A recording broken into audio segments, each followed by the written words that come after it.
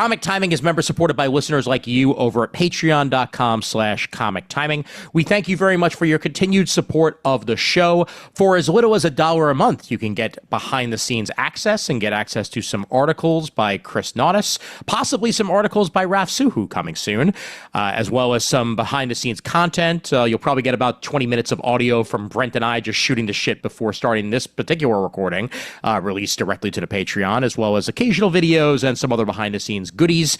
And once again, we thank you very much for your support at patreon.com/comic timing. If you would like to give a one-time donation, that is also possible at paypal.me/I am sci-fi, spelled IAM sci-fi. We thank you. We thank you. We thank you. We thank you. Here's music.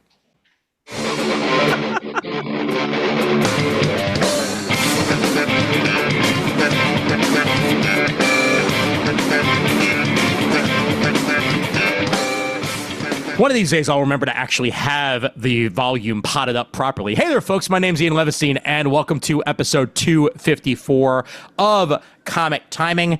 Starting off with a three-man crew here. We may theoretically be joined by Kris Naudus later on, but for now, joined, of course, by the co-host himself, Mr. Brent Kossina. What's going on, Brent? Hello. Hello. And Donovan Morgan Grant. Welcome back, Dono. Hello. I just remember the last time it was just three of us was actually the first time I was on Comic Timing. Holy shit. Wow. It was just a guest spot talking about the new 52. Oh, you mean the old 52, because it's old now, because it was a while ago. Oh, my Lord. Yeah. Christ on a bike, old man. now. Ugh, God. Part of me almost feels like the new 52 was a fever dream at this point. Like, that shit, man, they tried so hard. They tried so hard to get a complete new universe off the ground, and I'd say maybe 42% of it was actually successful. Stay tuned for my review on The Last Days of Superman. Thank you, Library. There you go. There you go. I mean, Okay. yeah, this could be an episode discussion, real talk. Like that was, it's convoluted. I'm like, man, it doesn't even give you any answers. Like it just asks more questions because you're like, wait, who's this? There's new 52 Superman, and then we'll call him Black Suit Bearded Superman. And then there's a third Superman that comes in just for the story, or some guy who thinks he's Superman from this energy, and it pulls. It's a whole thing.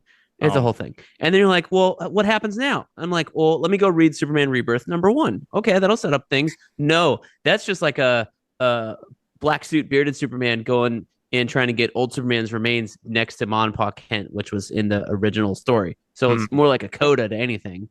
And you're like, wait. So there's still one Clark, and then you go, and then I went, wait a minute. Dan Jurgens' Action Comics run had two Clarks. So who's that guy? Well, that guy doesn't get resolved until Superman Reborn, like midway through that run. Yeah. And then I'm like, wait, there's still two Loises. So how do we resolve that? I don't remember. So if I remember correctly, she kind of like energy disperses, and both her and Clark wind up joining into the Chinese Superman to give him powers, if I remember correctly. Well, and it's like they they did the Superman unmasking with the Truth storyline in the new 52. Yeah. And then Bendis comes along a couple years later and is like, hey, we're gonna do it again. And then guess what? They undid it a third time. Yeah. Like what? Yeah. Why even bother at this point? Yes, they did. Want to feel really old, by the way, that episode that we referenced where Donovan joined us for the what I called New DCU, NUDCU, September 25th, 2011. The nude. Oh, man. The Damn. Nude. Oh, my Lord. Episode 125 of Comic Timing, back on September 25th, 2011. I was in my college dorm when I recorded that. Yeah, that's and now I'm not. Them's what a days. Yep. But we talked. We said farewell to the old DC universe with a review of Flashpoint #5 and say hello to the new one with Justice League #1. Yeah. Glad it ain't that way anymore, because remember, everything's made up and everything matters, because that's the new Mark Waid way of doing things. And I have yet to read the new history of the DC universe, but I look forward to doing so once it's on DC. I liked it. I have the old one I bought recently. Oh, nice. Because I never read it. And I'm like, wait, would I be confused if I read the old history of the DCU? I don't think so. And then there's the new history. And then I just read the other history of the DCU, I want to call it the black version. Yeah. That one's amazing. Okay, Yeah, so I liked. It's really good. Yeah. I didn't do a video on it because it was time to go back to the library for that thing. But I was like, I don't know if I have enough to say on it, critically, that would be helpful for people, other than this is the black history of the DCU, because I'm not well versed in all the stuff. A lot of the stuff he brought up, it was very interesting. It was. I will recommend it to people, but I'm like, better not. Yeah. I talked about it on my podcast, because at the end of every year we talk about the things that we really enjoyed. And not only did I love it, I think we have a top 10 or top 5, Harry and I, and I think that was number 2 for me.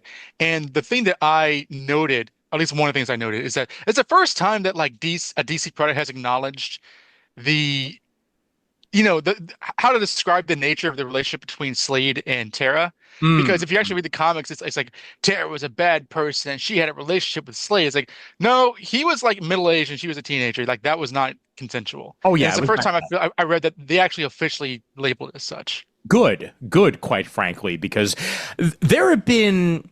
All right, you know what? We're all comic fans here. I could just straight out say this.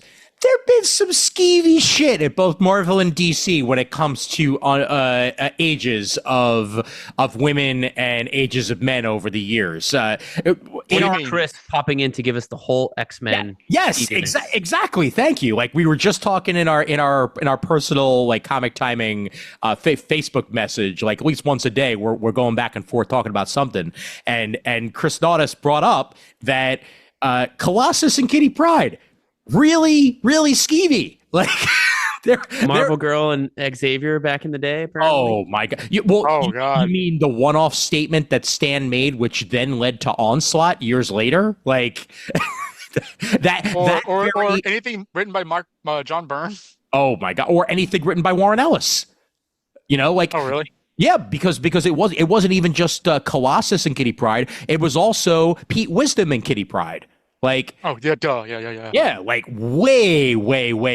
much of an age difference there. He actually attempted to age up Kitty to try to make it make sense, but I think everyone at Marvel was like, dude, you're making her older than Cyclops if you do that. I just hate this idea of Kitty currently being all of 22. It's okay, if Peter was a teenager and started before Kitty, and he was 15, 14, whatever, right, and he's now an adult, old enough to have had marriage and children and not children and whatever the hell. He has an illegitimate kid out there somewhere. And 6 different jobs. If you look, I want to see Peter Parker's resume to be Daily Bugle, Oscorp, Parker Industries, Daily Bugle, The Globe. And I want to see fucking dates to be at least I was this age. Because I bet that guy lost a job every 6 months. You give me one night, I'll give it to you. Okay, and at the same time, so in my brain, Peter and Kitty are the same age. So if she's no. He was in college when she first appeared. Yeah, Piotr Rasputin was in college when Kitty Pryde was 13. Well, then they should just send her on a time travel trip and just age her up to be Peter's age, because they are not drawing her to be 19. If there's one person who has 21. been on time travel trips many, many times in her lifespan, usually when she is older, coming back in time to be younger, it is Kitty Pryde. So that's, Days of Future Past, baby. That is all about that shit right there. So yeah. Anywho, let's stop talking about skeevy shit and switch off to something. For now. Yeah, exactly. I feel like every episode we wind up talking about someone who's died. Unfortunately, a man who has a really damn long history with comic books, to the point where Jim Shooter died at the age of 73 the day that we are recording this. I believe he passed yesterday, if not the day before. He had esophageal cancer. So those who have seen him in the past couple of years, Jamal included, said he was not looking too good health-wise. And unfortunately, it caught up to him, and he died at the age of 73. 60 years ago, at the age of 13, is when Jim Shooter broke into the industry. He was a 13-year-old kid working on Legion of Superheroes over at DC. An indentured servant of Mort Weisinger. Yeah, basically. And it is insane the career that this man had, from starting out that young in writing and drawing to eventually becoming editor in chief of Marvel Comics. He was an editor in chief of a bunch of other comic book companies over the years. Had plenty of work over at DC in his later years as well. Restarted the work on the Legion at one point near the end of the New 52 era, and then after the New 52 era as well, worked on that. Is very well known for being involved with the X-Men during their breakout. That all happened under Shooter's reign, the Claremont Byrne years. It was also his decision. We've talked about the Phoenix Untold Tale book at least once or twice in that recent memory, actually, which tells the original story of what was going to happen to Phoenix, that Phoenix was going to live. It was Jim Shooter's decision that she had to die. That she had committed enough crimes where for her to live out her life in peace wouldn't have made any sense. She literally destroyed an entire civilization as part of being the Phoenix, and it was his decision that she had to die. It was then his decision that she was going to come back, and utilizing a idea from intern Kurt Busiek, wound up then utilizing said idea to bring Jean back and eventually form X Factor and all that stuff in that particular era of the X-Men.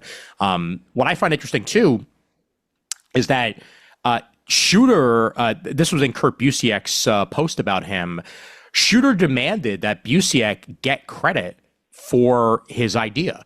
And he got a co-writer credit on that Fantastic Four issue when Jean came back, and he got full, basically he got full writer salary for that. Like what Byrne would get on an issue is what Busiek got for coming up with the idea of how Jean could possibly come back in that cocoon.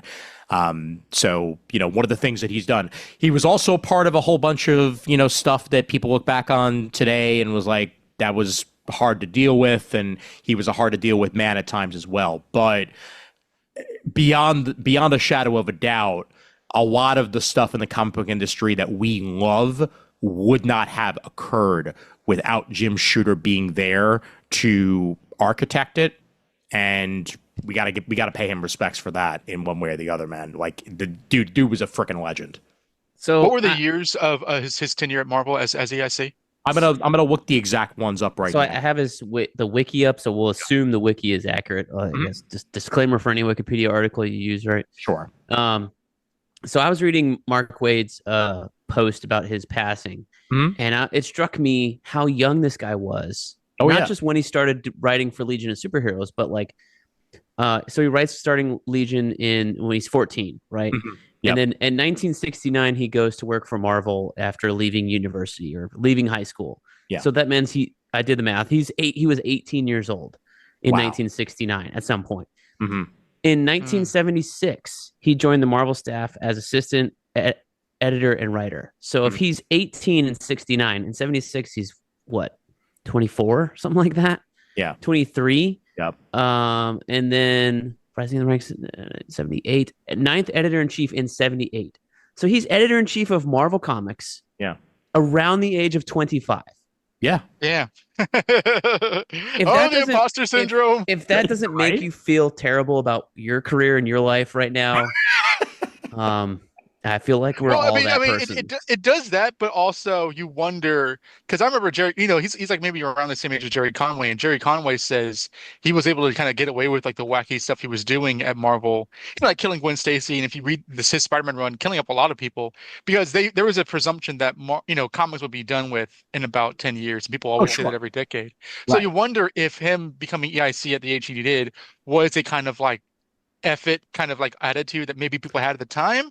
Not to say that he wasn't talented enough, but like you wonder the exact specifics that led to that reality. Well, also too, there could have been, I haven't read the Untold Tales of Marvel History or whatever. I know there's a pretty good book about it, but it says ninth editor-in-chief in 75 or right? 78. So we know Stan was that for a good long while in the 60s and then stepped down. So if you go from 1 to number 9 in 5 or 6 years, that means nobody really wanted the job or enjoyed it. Mm-hmm. So that's a possibility that maybe he was the only guy left in the office because Marvel was not a juggernaut. They're publishing books, but you still have a bunch of freelancers. So in terms of a company, they're probably still pretty small. It was Stan Lee, Roy Thomas. I used to know this. It was Stan Lee, then Roy Thomas. I know Marv Wolfman at one point, Len Wein at one point. Yep. Yeah. They say that Shooter was the 9th editor-in-chief of Marvel Comics. So there were definitely some in-betweeners there. But I would go back in time. We're talking about how young Shooter was when he was installed. Stan was 19.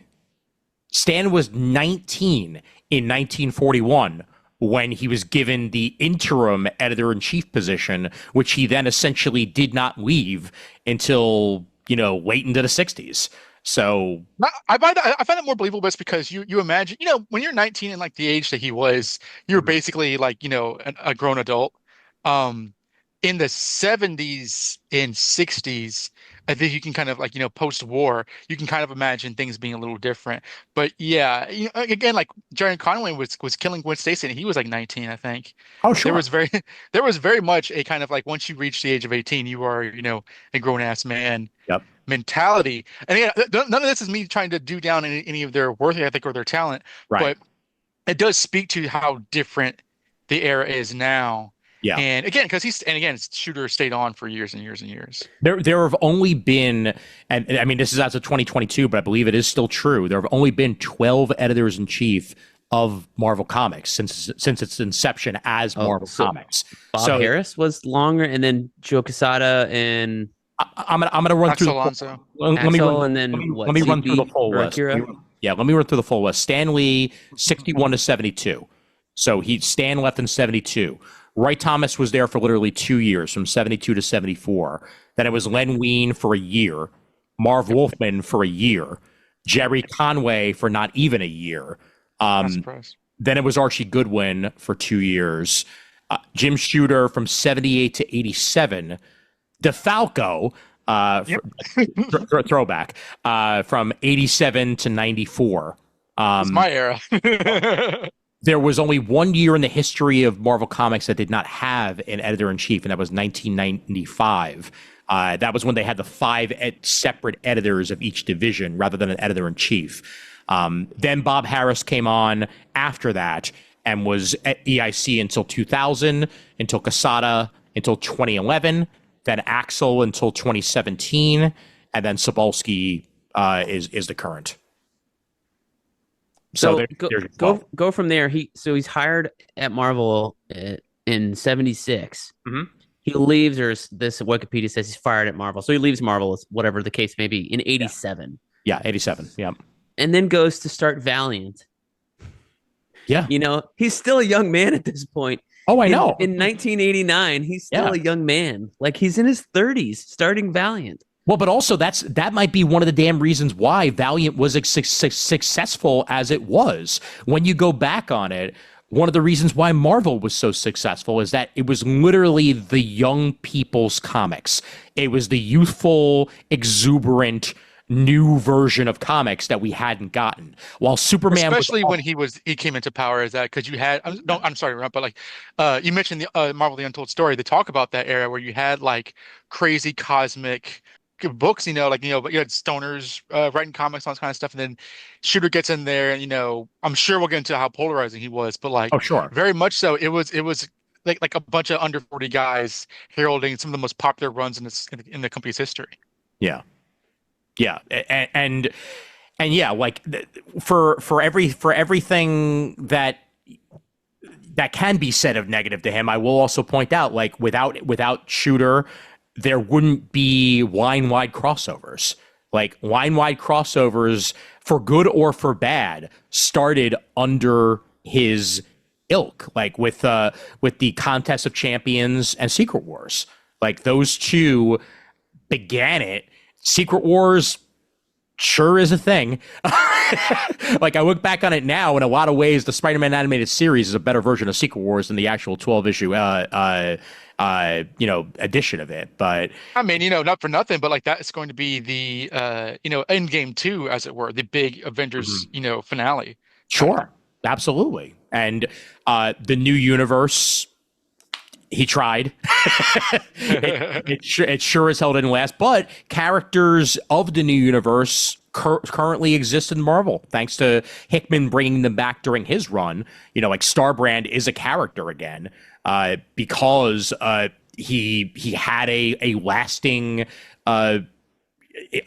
existence and a reason to exist past even that.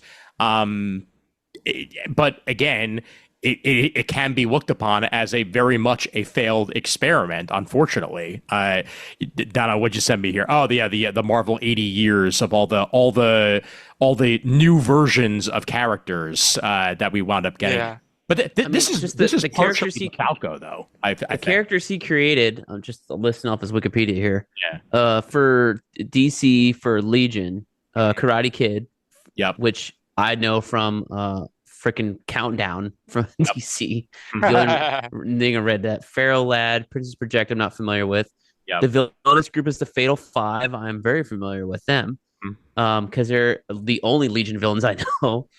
And they also are in an animated movie, so I'm sure you got to cut that. He created Parasite, for crying out loud, in 1966 in Action Comics 340. Oh, wow. He also devised the first race between Flash and Superman on foot. That's what this says. Superman's race with the Flash in 1967.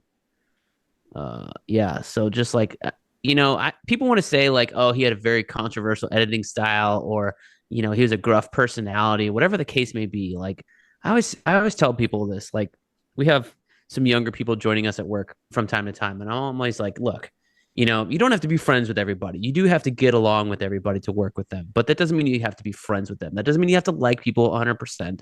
That doesn't mean you have to, go along with everything they say, whether it's about the job or not, but you're allowed to have a difference of opinion, but you do have to respect that they are in the position they're in and what their jobs and responsibilities are. So, like, I don't know. Well, I feel like somebody who had this immense an impact on comic books, like, I want to give the man his due, as opposed to be like, well, he had a very bad personality sometimes to some people. Like, I know for a fact there are people that say that about me.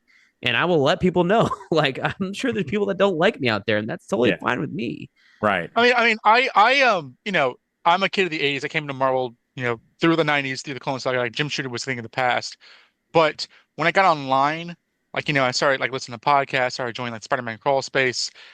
The narrative of like hardcore 80s Marvel fans was that Jim Shooter was the best thing that ever happened to Marvel, and everybody who complained about him needed like to shut the hell up.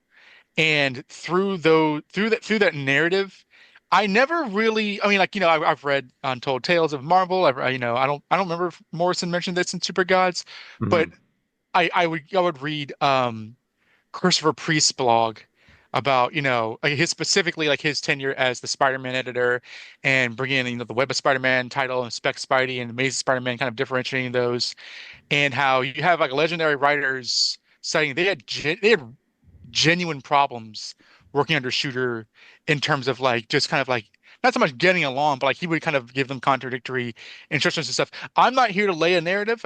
But like I do think that like I wouldn't want to necessarily trivialize it. Just as well, he had a way, and some people didn't like that because of whatever. Because it's either, if you're in the camp of like, some writers are lazy and they were used to being lazy and he went into shape, or he was inhuman and he couldn't really coalesce to other workers' styles as other editors do. That is the general view that I have seen.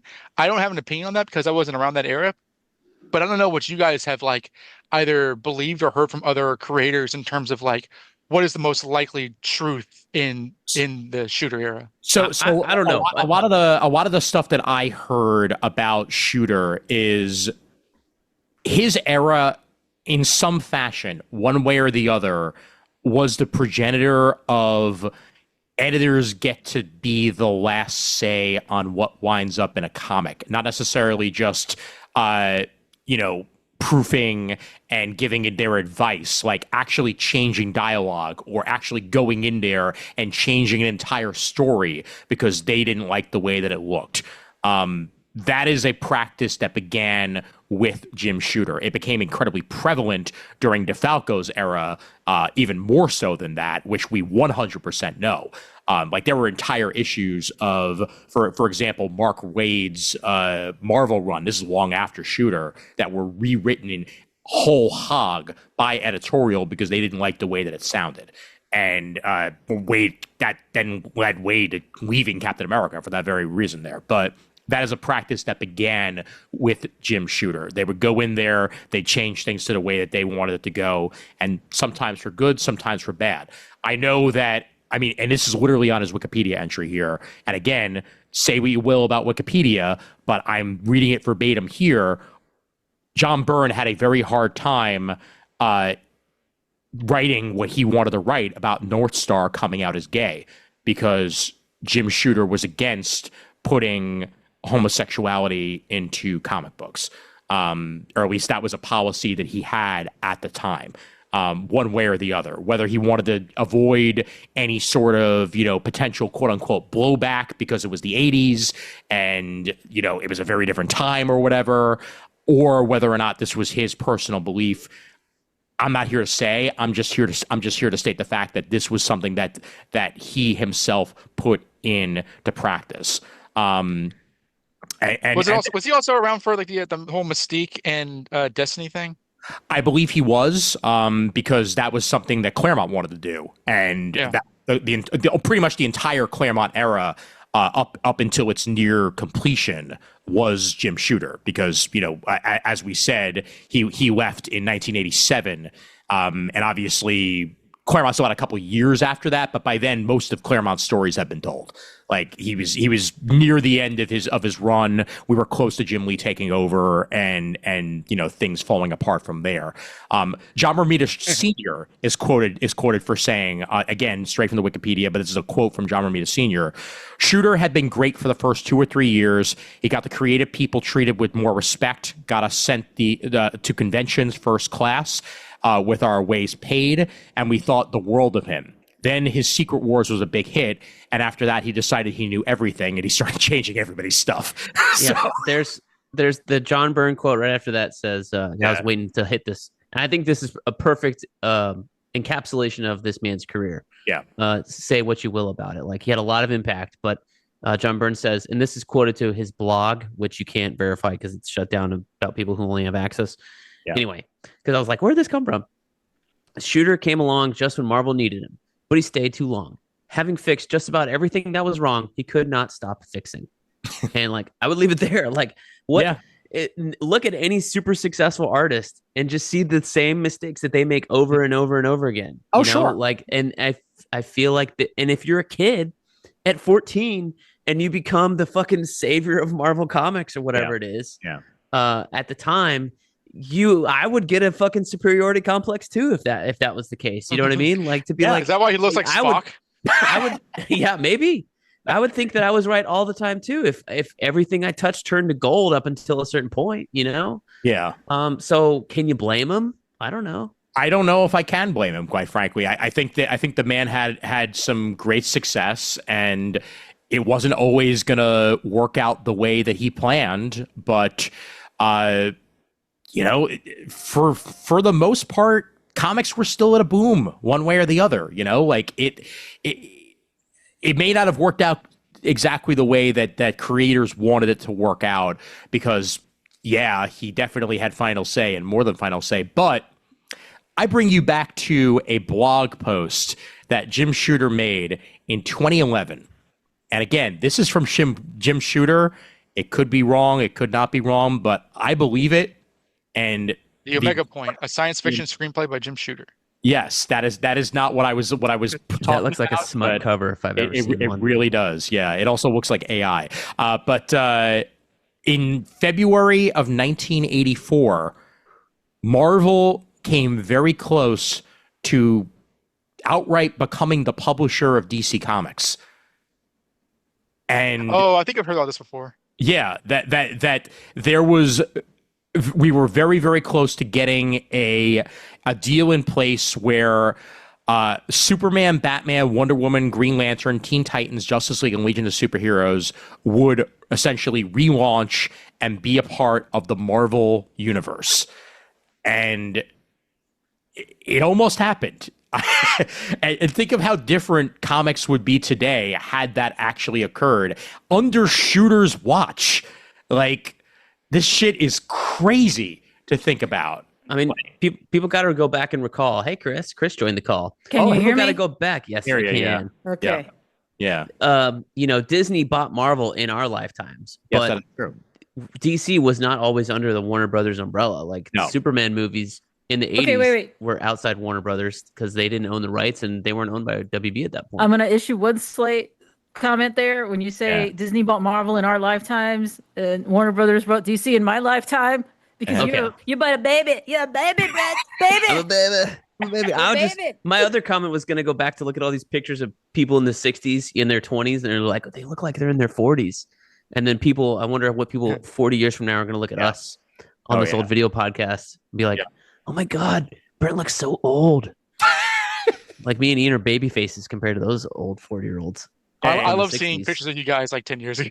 Oh my God. I love seeing pictures of us 20 years ago.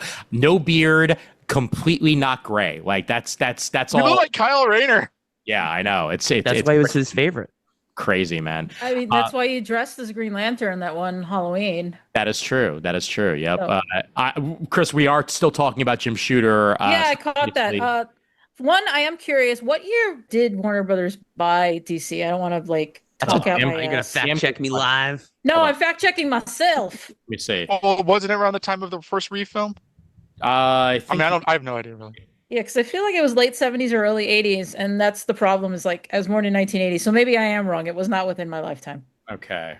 What the hell? if Time Jamal Warner, was here. 1990. Oh no, Warner Brothers has owned DC Comics since 1967. Oh Jesus.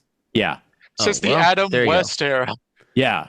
So that has happened for quite some time.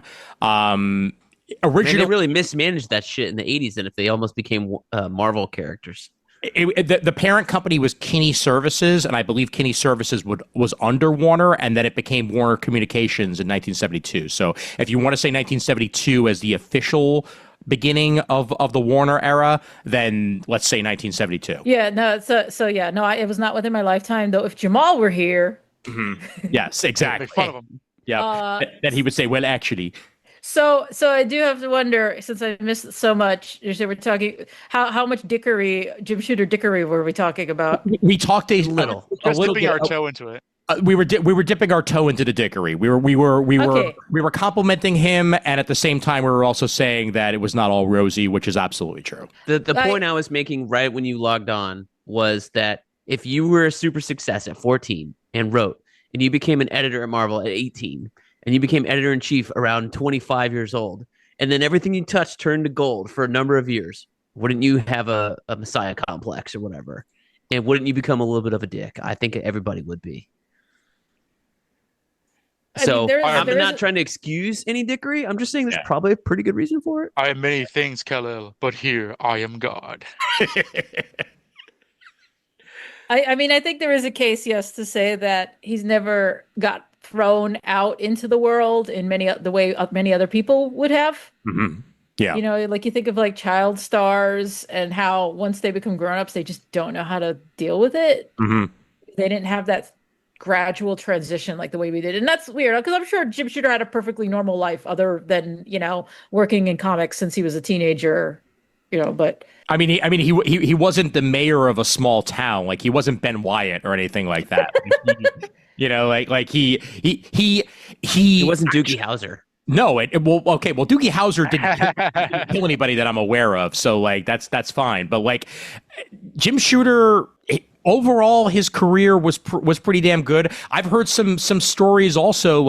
For instance, we can thank Jim Shooter for Louise Simonson not missing her wedding to Walt, because Louise was so devoted to getting books out that there was a book that was still sitting waiting to be completed on the day that she was supposed to be going to Maryland to marry Walt, and Walt told Jim, get her out of there when she's supposed to get out of there. I don't care if it's done or not. Get her out of there. And Wheezy demanded on getting it done, and Jim put his foot down and was like, no, get out there. You have a freaking wedding to go to. And that is the most insane thing I've ever heard. Oh, I have not heard I'm not even invited. You Yeah. have to go get fucking married. Yes. What was she doing? She was finishing an adaptation. Walt put this story up actually today in honor of his passing. So let me find the name. For one thing, I know he's got to be a lot to thank for from that man. Literally right there. picturing Amazing Spider-Man Annual 21, where like Walt Simonson's fighting Electro, and like Louise Simonson is, I guess before she's Simonson, is getting her wedding dress done by Willie Smith. No, even better. It was an adaptation of the movie Xanadu. Okay. A historically useless comic. Oh my god! Yeah, in June 1980, Wheezy and I were about to get married. I headed down to Maryland a day ahead of the wedding where my folks lived to take care of last-minute arrangements for the ceremony. Wheezy stayed behind in the Marvel offices working on the adaptation of the movie Xanadu that had to get printed ASAP. I made her promise to catch his train and then pulled Jim aside and told him to be sure she got out of the office in time to get to Maryland. He agreed. When the time came, the book hadn't gone to the printer yet. Wheezy was still working furiously on it, and Jim went into her office and told her to hit the road. Wheezy, without breaking stride, barked at him to get out of her office because she still had work to do, and she wasn't leaving till it was done. Jim was 6'7" or whatever, but he wisely beat a hasty retreat. Fortunately, the book went out in time, and Wheezy made it to the church just as the wedding rehearsal was getting started, literally. And Jim gave us a really nice flashlight as a wedding gift so we could find our way in the dark. We still have it, still works. The summary for Xanadu on my Apple app here. Xanadu is a look at the future and a loving remembrance of the way things were in the heyday of Hollywood. The musical story includes the hit songs Magic, I'm Alive, All Over the World, Suddenly, and the title song Xanadu. Yes. Olivia Newton-John of Grease fame will dazzle your senses with her luminous beauty and fabulous voice as she stars with Gene Kelly, the ancient Gene Kelly, in this mesmerizing musical fantasy. The 40s meets the 80s in Xanadu, a very special love story, and the first lavish, old-fashioned musical to utilize today's music from 1980, y'all. Mm-hmm. I just realized I confused Xanadu with Zardoz. Yes, you did. Yes, you did. No, but the Xanadu, I feel like Xanadu used to be on cable a lot, so I have seen more than 5 minutes of it, but I don't think I've watched the whole thing. Is it worth missing your wedding? I've only heard of this movie as a joke. I'm sorry, I've never there is nothing worth missing your wedding for. Like I'm thinking of, because since I'm reading through all these old Marvel comics, which is why I think it segues nice into Jim Shooter, and I read Secret Wars, and I read Secret Wars 2, and those are legitimately two of the worst series I've ever read in my entire life on this planet. They are so bad. Yep. And I mean, the thing is, I know people were really into Secret Wars because it's basically just all the heroes meeting up, but otherwise it's just a clanker, and Secret Wars 2 somehow is worse. Secret Wars 2 does sound like bullshit. It is. Like what's funny is with Secret Wars, did he write Secret Wars 2 as well? I think he did. I think he may have. I'll double check that right now. But while we're Disco Beyonder. Oh God, yeah. So the thing, my major problem with Secret Wars 2, and this is like a weird thing to say because you could say, the writing's really bad, the dialogue. He co-wrote it with Al Milgrom, apparently. Al Milgrom. I'm terrible with it. So how we hate him. Yeah, well, it's like, what's really funny to me is like reading all these comics, and there's like names I recognize. Like I picked up, oh God, why is my brain blanking? Give me 1 second. Well, so I'll just go with my major problem with Secret Wars 2 wasn't even, it's like not the clunky dialogue, it's not the Beyonder being all like, how do eat, how do poop, how do make love to woman. Is the fact that it'd be like, oh no, here's Invisible Woman, she's been taken over by Malice, and then 2 pages later, she all better now, you gotta go read Fantastic Four whatever to find out what happened. And I'm like, this is terrible. Like / play Marvel Rivals. Oh yeah. Yeah, like there is a way to to write a crossover. That's not it. You don't make someone have to drop this comic, literally go find a different comic. I mean, technically that is not what you're doing in 1985 or whatever, but it's like it's weird. It doesn't flow. It doesn't work at all. Well, what I would say about Shooter that did work is something that he very much took from his time at DC, which is essentially introducing legacy characters into Marvel. The fact that, James Rhodes took over as Iron Man, that John Walker became the new Captain America, that Eric Masterson became Thor during his time as EIC. Legacy was kind of only really a thing that existed at DC Comics for many, many years, and he began introducing it under his tenure. Well, I think at Marvel, and I think that was a great move. I mean, the thing is, like, there is that idea. If you're looking at it as a businessman, you want to refresh your product. Like both of us, I've worked for Pokemon, and you haven't been at some of those meetings, Ian, but there was always like the whole, no, we have to constantly refresh the brand for each generation of 10-year-olds. And that, like, there is an idea of doing that in comics where you do introduce new characters. Like, I mean, right now we joked about how you used to look like Kyle Rayner, and Kyle Rayner is your Green Lantern. Absolutely. Because they introduced him for you. Like, I feel like people miss the point. They're like, oh, this isn't my character. And it's like, well, it's not for you. It's for the people in this generation so they can feel like they own something. Because, like, I know people love Barry Allen, but I don't have that feeling for him.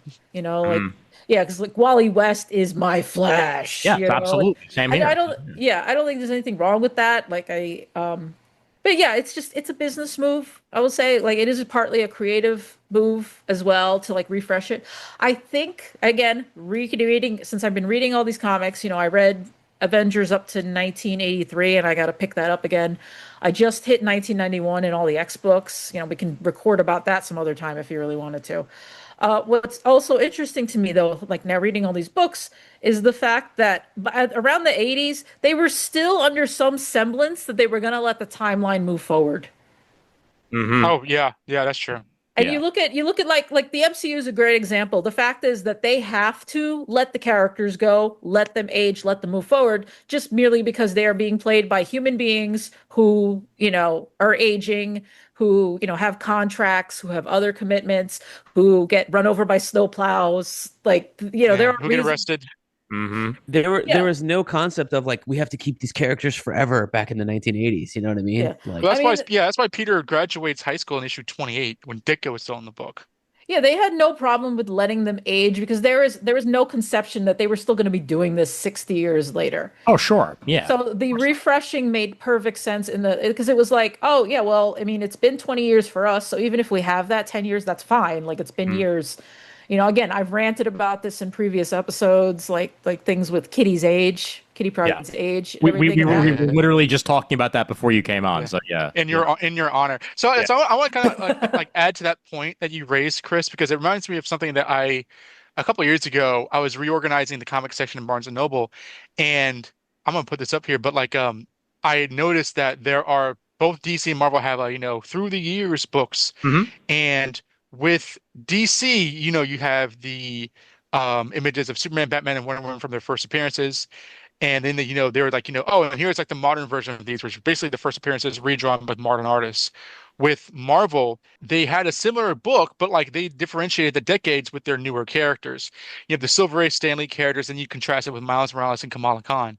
And when you bring up the idea that Shooter introduced the idea of legacy into Marvel, do you feel as though Marvel is a lot more, let's say, comparatively relatable track compared to DC is owed to Shooter's innovation of legacy, and Marvel made it work, whereas DC does have a track record for looking backward?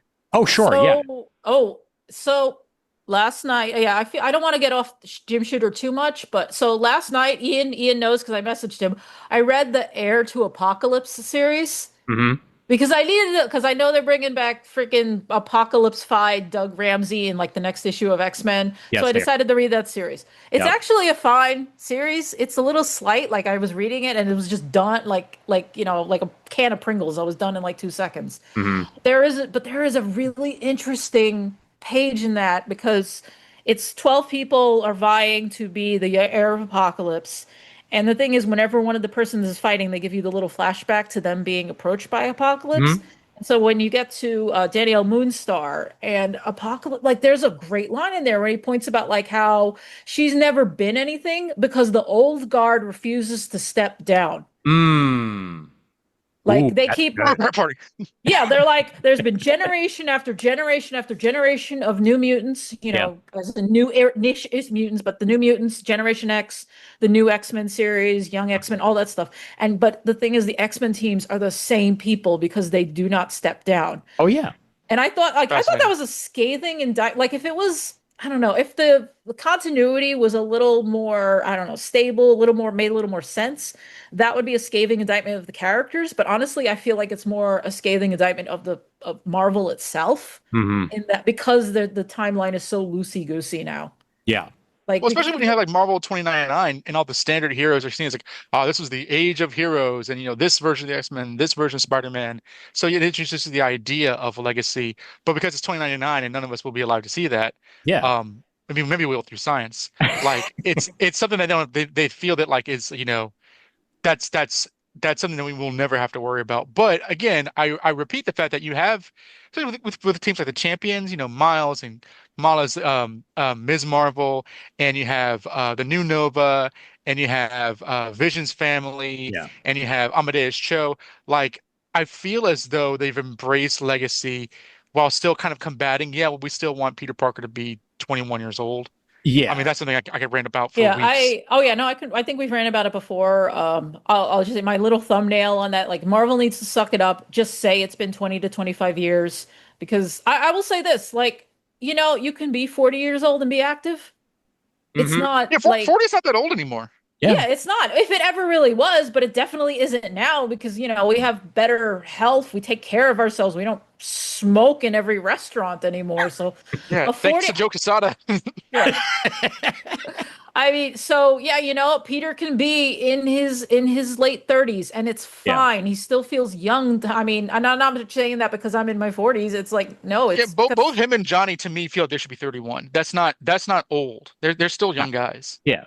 And bringing it back to your initial point and your initial query, Donovan, I think that legacy is important for a comic book company to continue to feel fresh.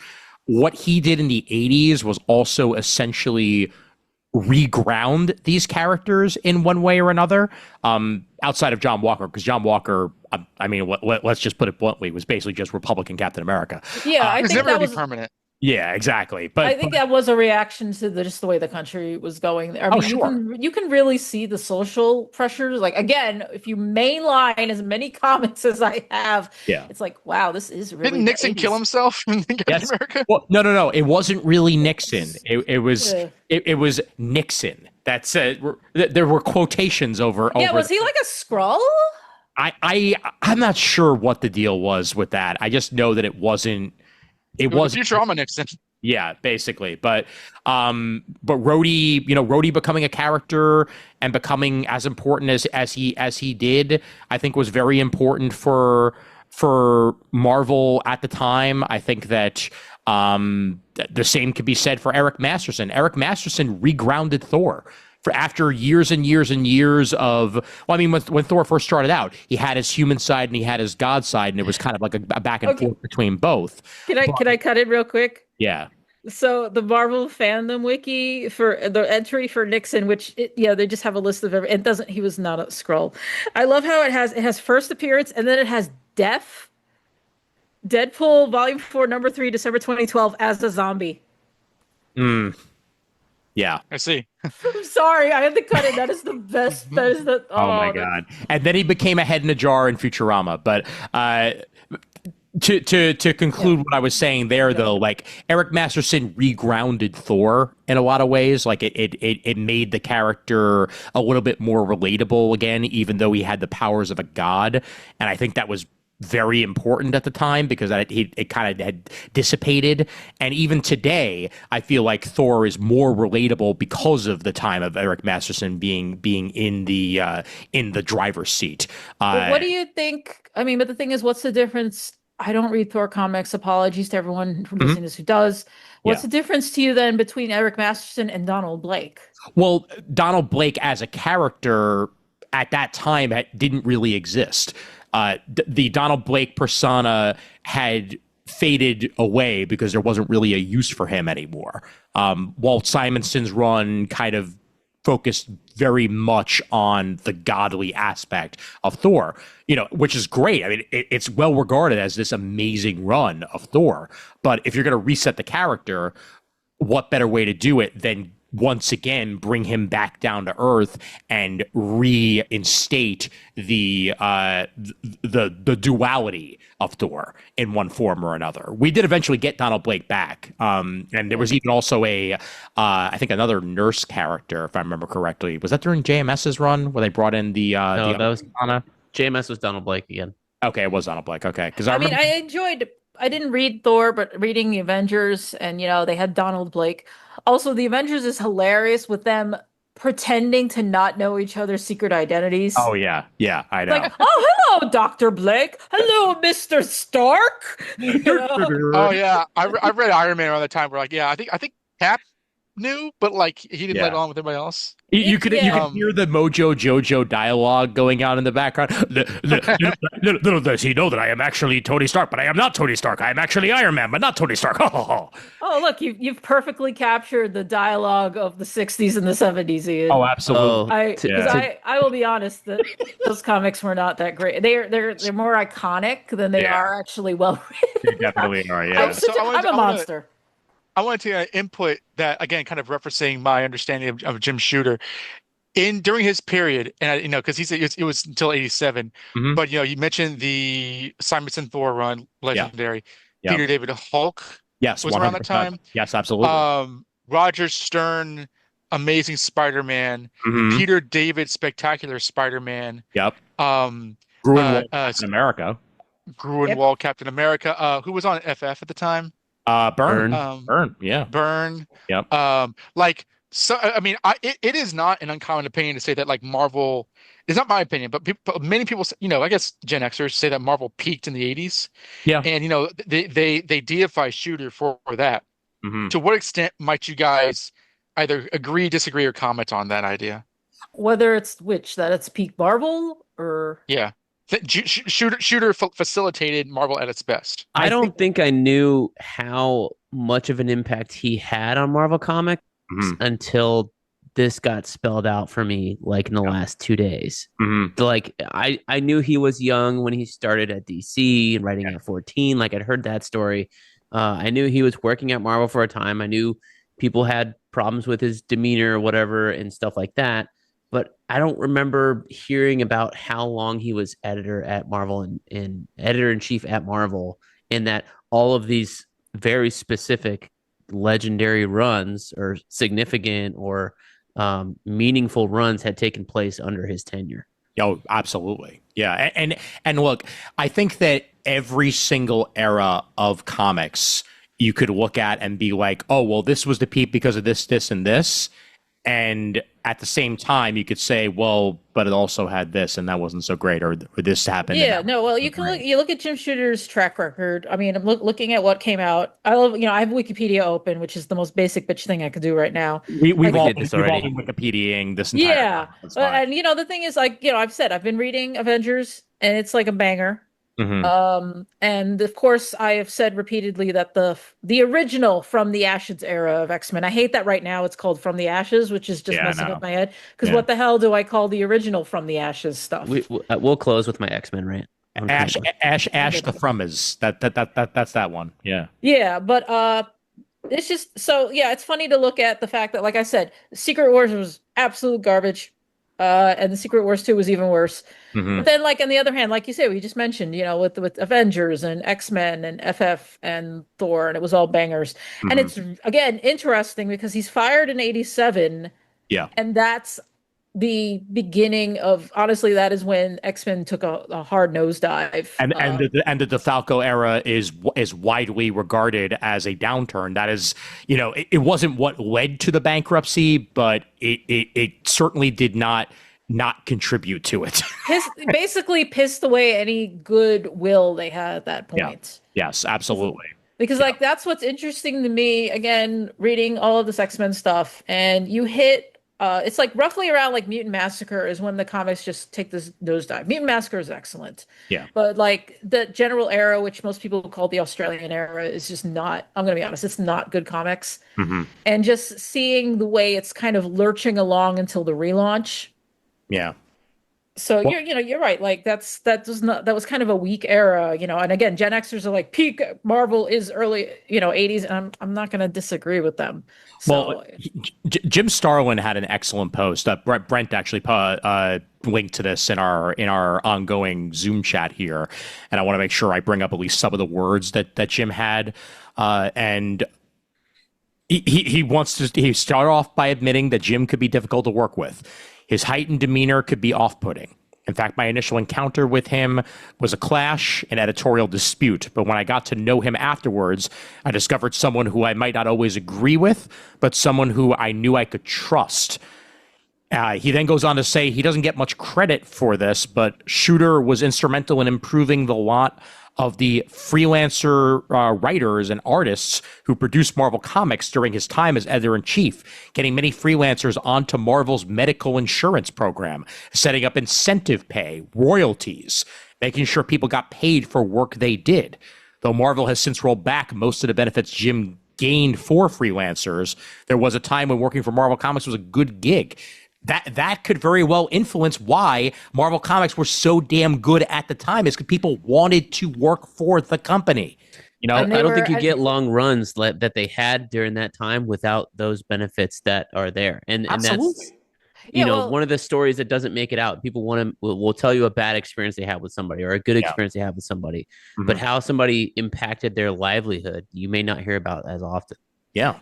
So, I mean, here's a thought. Again, since I've made it to 1991 in the X era, the big relaunch, is that if Jim Shooter had stayed at Marvel and maintained these benefits that they would later roll back, would the image exodus happen? That's a good question. Because remember, a lot of it was about workers' rights. It was look, they're making a lot of money off this stuff. We're making them money hand over fist, and we're not seeing very much of it. Because I also wonder if they would have become as popular, like the artists like Lee and McFarlane, if Shooter was still around. I'm not saying that he would have crushed them beneath his boot or anything, but like again, reading the comics and realize, like, it's funny to me, like I'm reading X-Men comics and I'm like, McFarlane did this cover and this cover and this cover and this cover, and I'm like, holy crap. Yeah. But just the fact that like the balance was so wonky then, and that's how you ended up with Claremont leaving. And that's also a thing, is like, would Shooter have stood up and be like, stop doing that, like let Claremont write his scripts, stop just drawing comics and treating him like a little errand boy who writes your dialogue? I don't know. I feel like, having not read a lot of those comics of that era, like I don't think I've read a bunch since before 1993, pre-Nightfall or whatever you want to call it. But I feel like the general consensus of that time is that those guys came in to comics at a time, and Donovan, we're talking about the impact of the image creators and whether Jim Shooter, if he was still at Marvel, would have put him under his heel. I feel like you look at the change in art, like on your Avengers run, you look at Kris that you're reading, early Roy Thomas, you're reading Neil Adams, you're reading George Perez, and then you're going back to Gene Colan. Like even George Perez back then, I feel like wasn't the George Perez that we respect and revere from the 80s. He was still not as super detailed, and maybe his style wasn't fully formed, but those image guys arrived at a time where there was a house style, and they totally broke that in those comics and said, like, nope, we're not doing house style. Like even the DC of the 80s and 90s has a house style. Sure. So they I feel like created a new house style, honestly. Yeah. well, they did after they left, but in terms of like in the early '80s, like you're talking about, if he had stayed on, late 80s. as they got popular, or late '80s, sorry, as they got more forced to popular. draw like Rob Liefeld is the perfect example of how that became the house style after a while. Well, because what I mean, I don't think they had just arrived at a right time at the right moment, and something would have happened with those guys, whether whoever was in charge, Yeah, well, I'm not. I mean, Donovan, you missed part of it. Like, I think Brent might have mischaracterized it just slightly in that I'm pointing out that because we mentioned that Jim Shooter was actually really big on workers' rights, and he gave the freelancers like benefits like insurance and royalties. Yeah. And if that policies were still in place in 1991, if the image exodus would have still happened, because I feel like there is a balance between keeping them under his heel, but also keeping them happy. Yes. So Starlin doesn't say when those got rolled back. Yeah. Well, if we're just going off his post, don't say when those got rolled back. It just means that they don't exist to his understanding today. Oh yeah, or maybe 10 years ago. So Absolutely. So do you think that McFarlane and Larson and the other guys would have said if Shooter were still here, we would have nothing to complain about? I don't think that would have necessarily been the case, even if there was. And again, I'm going by the assumption that most of these rights were rolled back during their time, because that makes sense. Actually, thinking of the '90s and the downfall of Marvel, like they may not have been able to afford it, quite frankly, and that may have then led to them, turning that away. But I think that in the end, a image revolution probably would have wound up happening one way or the other, just because they were getting antsy, and they wanted to try to do their own thing. Yeah, I can definitely, again, reading these I'm sorry if I'm repeating myself a little bit here. It's just weird. Because one, I don't want to, I want to talk about Jim Shooter. I don't want to turn this into a referendum on early 90s comics. Yeah. But I'm reading these and I'm wondering, the image guys, did they even really like superheroes? Because why is every new character loaded down with armor and has a gun? Because Rob Liefeld wanted it that way. That's why. And what I was going to say, I just want to interject that there could be that. We all know that Watchmen gave everybody like bad lessons. Yeah, sure. They had like 4 Rambo movies at that point. Yep. Exactly, like the kind of the era of the comically toxic masculine kind of comics. Yeah, I mean, I'm not I don't hate it. It's just really puzzling to me, and it's not something You're right that it was probably that period of time, because it's not something that was really clear to me when I was that age. It was normal. It was normal for there to be Saturday morning cartoons based on R-rated movies. Yes. It was a messed up era. I did not even notice how messed up that was, what I just mentioned about the movies, until I was an adult. I was like, wait, what? You're talking about that RoboCop point, cartoon? One thing you can look at, Kris, is the Bond films, because you go. There was a podcast I used to love that went over the Bond movies, and they noted how they would kind of do a kill count for each movie, and if it was a Connery movie, maybe 10 guys max, or whatever. If you watch Tomorrow Never Dies, fucking Pierce Brosnan's gunning down people with a Gatling gun casually in the third act of that film, and that just speaks to that era of blood and guts, where it does become a McBain from Simpsons kind of era in terms of action, where mass slaughter is just casual, and guys without that's why we had Azrael to kind of speak to that idea of would you want Batman to be this way. That's why we had the Eradicator and Cyborg Superman to comment on that. It was that era of extreme, it's a parody now, but extreme comics. Hey, Azrael took a long time to kill Abattoir. Okay. I'm sure it was an accident. Yeah, look, this isn't really a referendum on the early 90s. It's just, no. No. Well, also, I did want to note, we talk about house style, and I do think the Image guys did introduce a new style, because I was I've read some of these comics before, but I'm like, wow, there's a lot of cross hatching, but not the lines are so thin.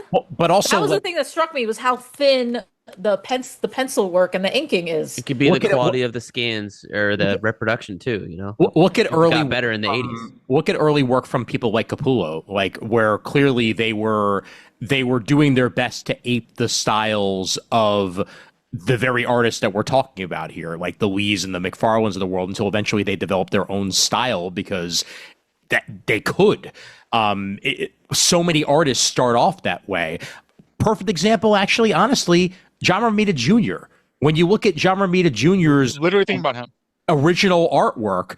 He's Demon in a Bottle. He's basically looking to be John Romita Sr. in a lot of ways. Like, sure, it has its own personality, but like he's a lot more like his dad than he. I mean, you also have to account his father probably helped him learn to draw. Oh, absolutely. Because it is a skill that you have to work on, as Jamal will tell us over and over 100%. again. It isn't just talent. Yeah. It is practice. It's hard work. I also want to pick up on one or two other things that Jim Starlin said in his post here, which are also kind of very important to Shooter's legacy.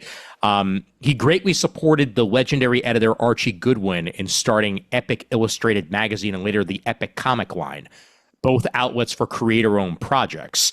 If there hadn't been a successful line like Epic at the time, there's no telling where creator-owned projects might be currently. And that says a lot for Epic is the progenitor of Vertigo in a lot of ways. Epic, yeah, because you got to remember what was published under Epic. Gru. Yep. Akira was published by Epic, which just shocks me to remember. Like I saw them in the store. I was like, wow, that's Marvel.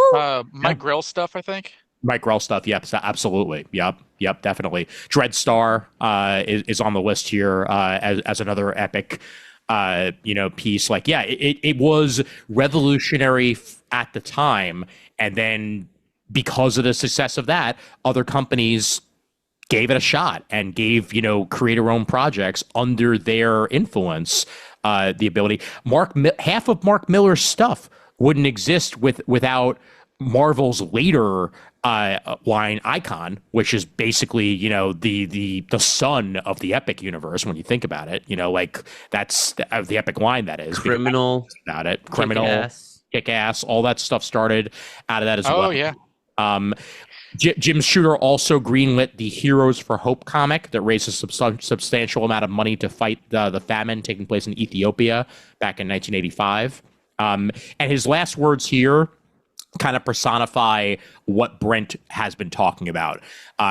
Again, Jim Starlin's words, he was definitely a good friend of Shooter's. Jim was human and had his faults, but the man did more good than ill, and that's what he should be remembered for. I'm going to miss him.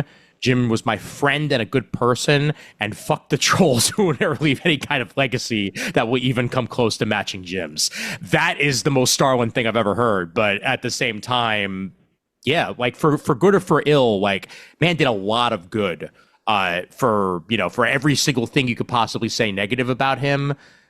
There's a legacy. Too much good. I think it boils down to we all have to admit in today's day and age in our culture that negativity rings louder, absolutely resonates louder than positivity. Yeah. Mm-hmm. So anything you may hear about a certain person, and we're talking about Jim Shooter tonight because he recently passed, and a lot of the stories we heard were of negative experiences, but those are the ones that ring louder, and I think they're more fun to tell too. When people are telling stories like, oh, let me tell you about this shitty experience I had doing this or doing that. And my number one thing is like the man should not be remembered for that. He should be remembered for his contributions to comics, which we went through a laundry list of. I remember, like, again, I've heard, this was more applying to, I think, freelancers, though the thing can be applied to pretty much anybody, that when you are a worker, I mean, this comes out like a freelancer, but you could even just be a full-timer. And like, there are three things you can be. You can deliver good work, you can deliver work on time, and you can be nice to work with. And if you are a freelancer, you need at least two of these to continue to get work. But like I said, you can apply this to not being a freelancer, just being a full-time worker. And I would say Jim Shooter definitely was a guy who did good work and turned it in on time. Mm-hmm. Yep, absolutely. And honestly, this matters in comics, especially when you're doing periodicals. Stuff needs to get out there. We have talked in our little personal chats about and again, I am very infamous for hating individual issues. Mm-hmm. But, like when Jim Shooter was, at Marvel and any his entire career, like single issues was still the way to go. So getting that shit. He did a superhero stuff 100%. Yeah. Wasn't it his quote that like every issue should be somebody's first? Was that him? Yes, exactly. Yep, I believe that is him. Yeah, like get that shit in stores because, you said every issue is somebody's first. And when it comes, of course, to the comic shops, and they depend on getting this. And mind you, Jim Shooter was editor-in-chief during the rise of the direct market. So to have that attitude where you need to get it out, because a newsstands don't give a crap. Like, oh, we didn't get this comic, we'll just get a different comic. Because usually the comics they got were sometimes random anyway. Yeah. But the direct market needs that specific issue. That's what people are coming in for. They want to read the new issue of X-Men. They want to read the new issue of Fantastic Four.